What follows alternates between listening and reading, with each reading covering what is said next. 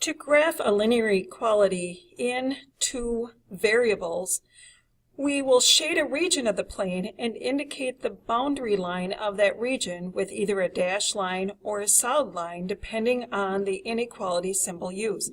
Let's take a look at graphing this inequality.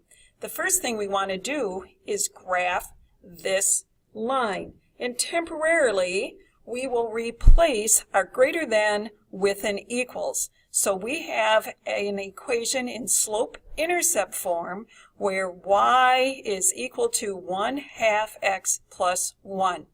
This line will act as our boundary line.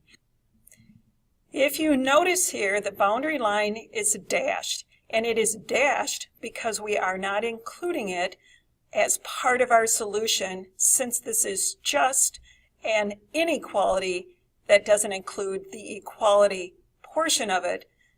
And to indicate that, we do use the dashed line again here, meaning all points on the line are not included.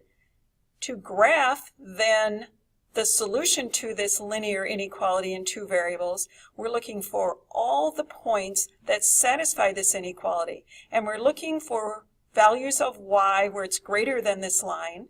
And if we look here on the y-axis, the values of y are greater above the line. So we'll shade in this top half of this plane, indicating that any point in this shaded region will satisfy this inequality.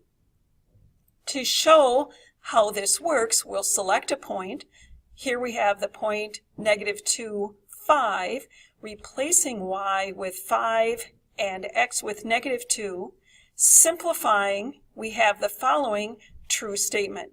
So there's proof that here is one of the infinite number of points in the shaded region that satisfies this inequality.